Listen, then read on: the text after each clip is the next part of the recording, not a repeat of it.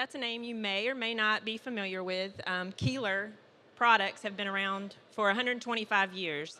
So we're not necessarily pitching a product launch as much as we're pitching our legacy, the fact that we've been around for 125 years.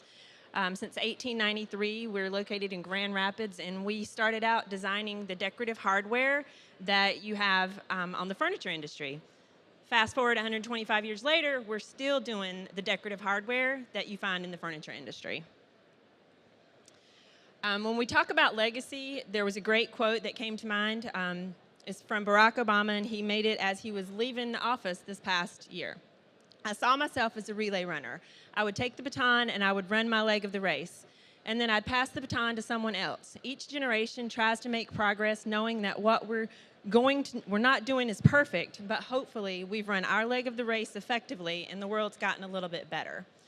We all want to leave a legacy. I mean, at the core of who we are, we want to know that what we're doing affects people and that we are leaving a legacy. You can imagine with 125 years of product design, we have 300,000 masters, probably 600,000 engineering change orders, and probably 100,000 plus prints that we can pull from as our legacy.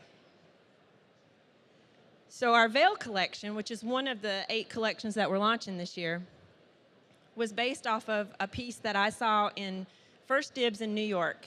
I was there on a trip doing some trend work, went into First Dibs and saw this great Art Deco piece from around 1948, and it had this huge disc piece of hardware.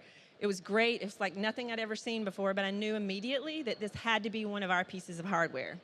So we came back and we scoured through about 20 years of hardware product until we found this particular piece in the 1953 Modern Decorative Hardware book.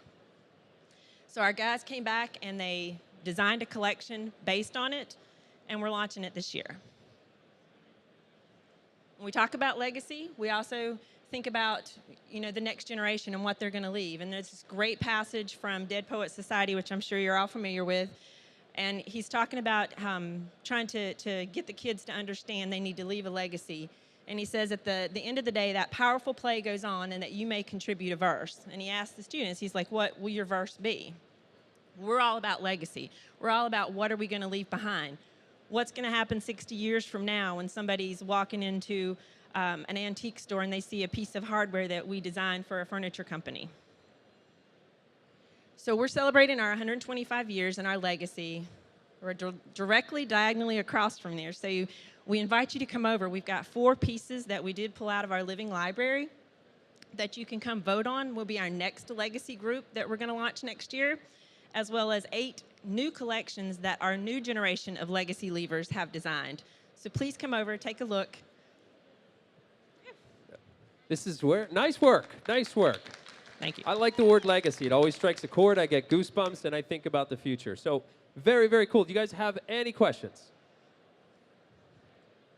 They have no questions about legacy? Nothing? No, I'm kidding. Do you have a question about my outfit? Just kidding. Just kidding.